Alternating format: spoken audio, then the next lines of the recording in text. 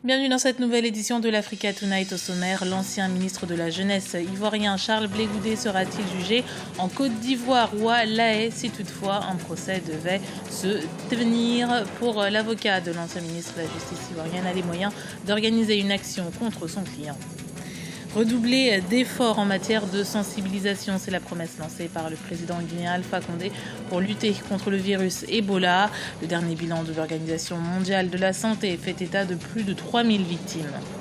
Et puis 1,5 milliard de musulmans célèbrent la fête de la Tabaski, également appelée fête de l'Aïd, depuis ce samedi. En Guinée équatoriale, c'est le stade Buena Esperanza qui a accueilli les fidèles.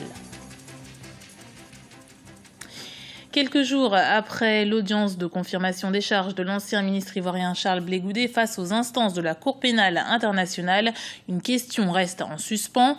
L'ancien ministre de la Jeunesse doit-il être jugé en Côte d'Ivoire ou aux Pays-Bas? Son avocat ne peut pas envisager un procès hors de son pays d'origine. Les explications de Marina Vanier. Au lendemain de l'audience de confirmation des charges de l'Ivoirien Charles Blé Goudé, sa défense relance les discussions sur son procès à La Haye et non dans son pays. L'ex-leader des Jeunes Patriotes est poursuivi pour 4 chefs d'accusation de crimes contre l'humanité commis entre décembre 2010 et avril 2011. Son avocat, Maître Claver Ndri, exprime son incompréhension face à un possible jugement à la Cour pénale internationale. La Côte d'Ivoire, de par sa justice, avait la possibilité de pouvoir juger M. Charles Blé Goudé. Ce que je dis n'est pas contraire en fait à ce que le gouvernement même révèle, puisque le gouvernement a écrit à la CPI pour dire qu'il entendait juger les premières dames, Mme Simone et Yves Gbagbo. Alors on se pose la question de savoir quelle est la distinction, la différence fondamentale entre Mme Simone et Yves Gbagbo et M. Charles Blé Goudé, étant entendu que les deux personnes, pour ne pas citer le troisième, à savoir M. Laurent Gbagbo, que toutes ces 3 personnes sont poursuivies pour les mêmes faits, à savoir la crise post-électorale. Il y a quelque chose qui ne va pas. La CPI a récemment annoncé qu'un procès aura bien lieu contre l'ancien président ivoirien Laurent Gbagbo.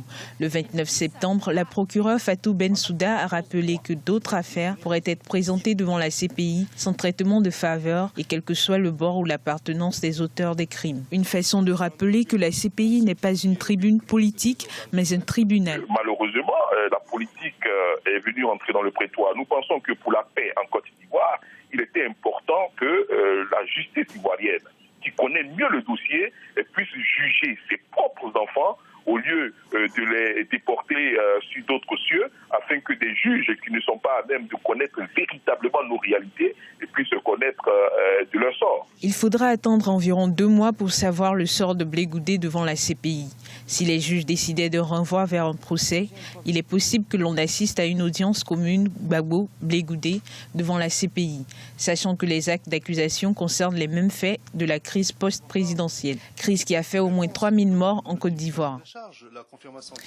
La Côte d'Ivoire, soucieuse de maintenir sa première place de producteur mondial de cacao, vient de lancer un fonds d'une valeur de 456 milliards de francs CFA. C'est le Premier ministre Daniel Kablan-Dankan qui en a fait l'annonce ce jeudi à l'occasion des Journées nationales du cacao. Les 3/4 de la somme seront destinés à la production des fèves et les 25% restants seront consacrés à l'amélioration des conditions de vie des producteurs. La lutte contre le travail des enfants est directement visée.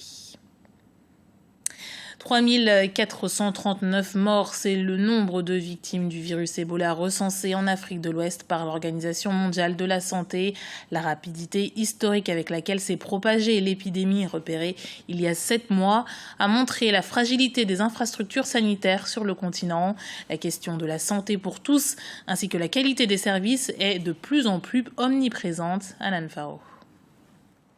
3439 victimes, voilà le bilan de l'épidémie d'Ebola publié ce vendredi par l'Organisation mondiale de la santé. L'hécatombe qui touche 5 pays du continent met en avant la problématique de la fragilité des infrastructures sanitaires qui refait surface. Les chefs d'État se penchent sur la question pour endiguer l'avancée meurtrière du virus. L'arrêt de l'épidémie, le relèvement pour répondre à l'impact et le renforcement des infrastructures et des systèmes de santé des 3 États s'avère indispensable. Il est évident que quand Ebola sera vaincu, et j'espère bientôt, il y aura d'autres épidémies, voire des pandémies qui exigent que nous soyons mieux préparés cette fois.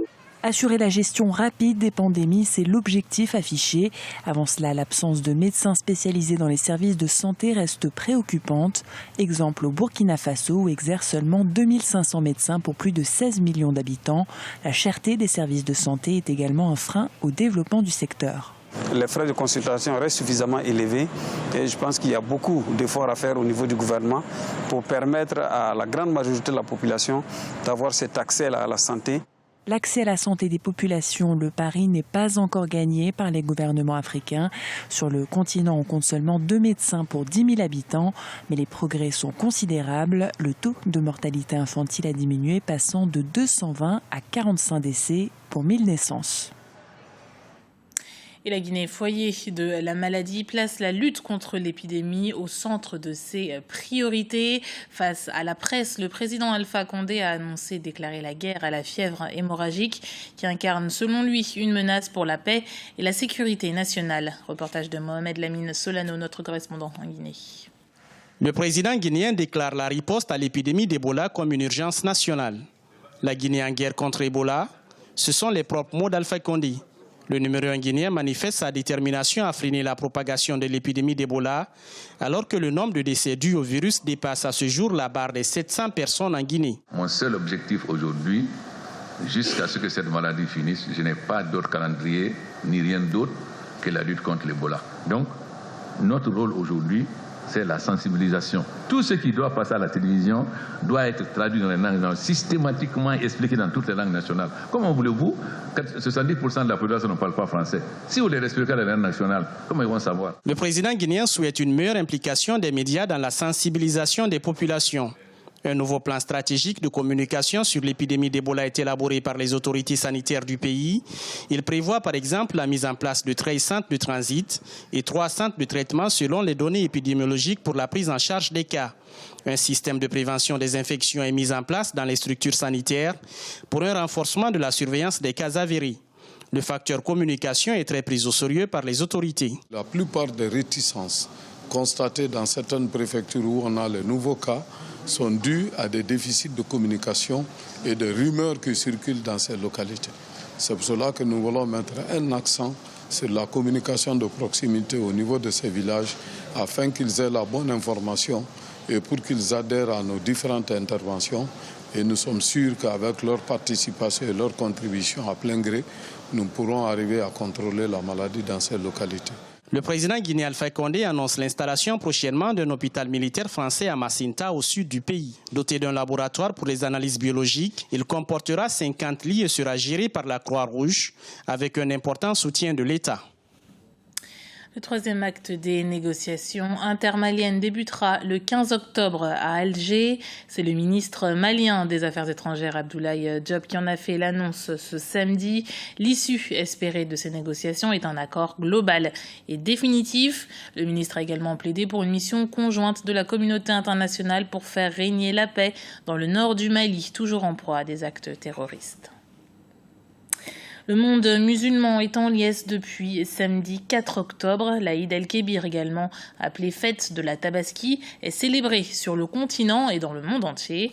Considérée comme la fête la plus importante de l'islam, elle commémore le geste d'Abraham prêt à sacrifier son fils pour prouver sa foi. Une période de faste également célébrée en Guinée équatoriale, comme nous le montre ce reportage de notre correspondante Asuncion Chamayene. À l'instar d'autres pays dans le monde, la Guinée équatoriale célèbre la fête de l'Aïd el-Kébir ce samedi. La communauté musulmane résidente en Guinée équatoriale s'est réunie au stade de Buena Esperanza pour célébrer par la prière la fête de Tabaski.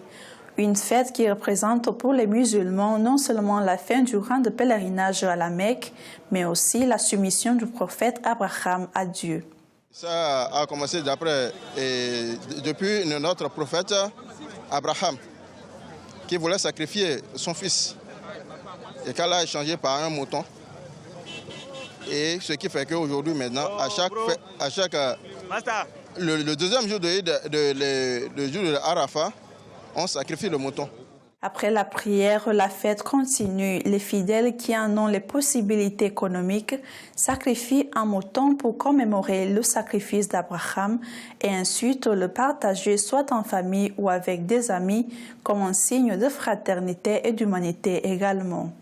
On négocie les moutons comme ça, on départage entre les voisins, les familles. Bon, il y a des familles un peu démunies, on les aide, on les envoie des viandes. Ceux qui ne peuvent pas acheter des moutons, on les aide un peu. Dans chaque famille, on envoie un peu de viande. Maintenant, je suis en train de préparer le déjeuner pour la fête. Ça peut prendre même 15 personnes, 20 personnes. C'est le déjeuner. Il y a aussi le grand repas.